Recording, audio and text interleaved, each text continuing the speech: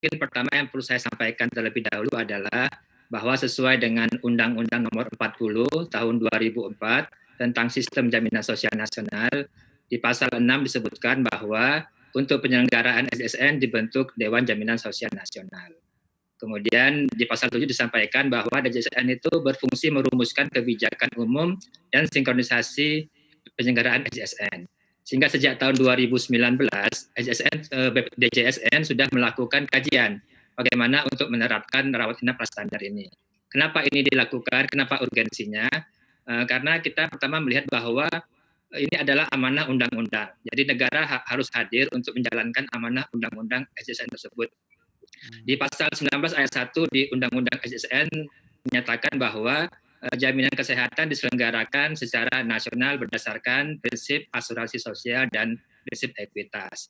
Nah, di penjelasannya itu disampaikan bahwa prinsip ekuitas yaitu adalah kesamaan dalam memperoleh pelayanan sesuai dengan kebutuhan medisnya yang tidak terikat dengan besaran iuran yang telah dibayarkannya. Jadi ini disampaikan betul bahwa sebenarnya itu adalah prinsip ekuitas. Kemudian disampaikan juga di pasal 23 ayat 4, apabila peserta membutuhkan rawat inap di rumah sakit, maka kelas pelayanan di rumah sakit diberikan berdasarkan kepada kelas standar.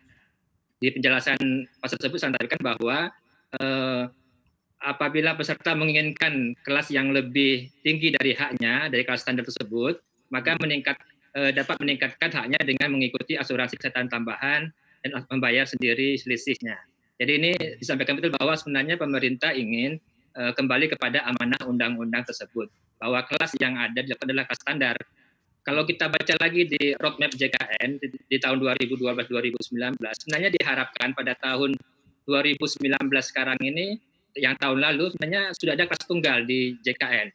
Tetapi kita tahu selama 7 tahun perjalanan JKN ini, kelas tunggal tersebut belum tercapai. Sehingga inilah yang ingin dilakukan oleh DJSN, Kemenkes, BPJS Kesehatan, juga Kemenq, bagaimana mewujudkan amanah dari dari undang-undang tersebut.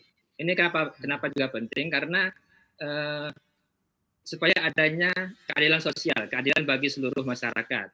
Jadi misalnya kita sering lihat dulu di dalam sejarah, misalnya ketika zaman penjajahan dulu terjadi perbedaan kelas. Misalnya di kelas 1 adalah kelompok dari Amsterdam Belanda, kemudian di bawahnya lagi adalah kelompok dari masyarakat Timur Jauh keturunan, yang ketiganya adalah pekerja pribumi yang dia adalah bekerja di pemerintahan Belanda, kemudian yang kelompok terbawah adalah pribumi yang kebanyakan. Baik. Jadi ini sudah ada kastanisasi yang ada. Jadi kita betul-betul ingin menghilangkan bagaimana kastanisasi ini hilang. Jadi betul-betul sama standar semuanya.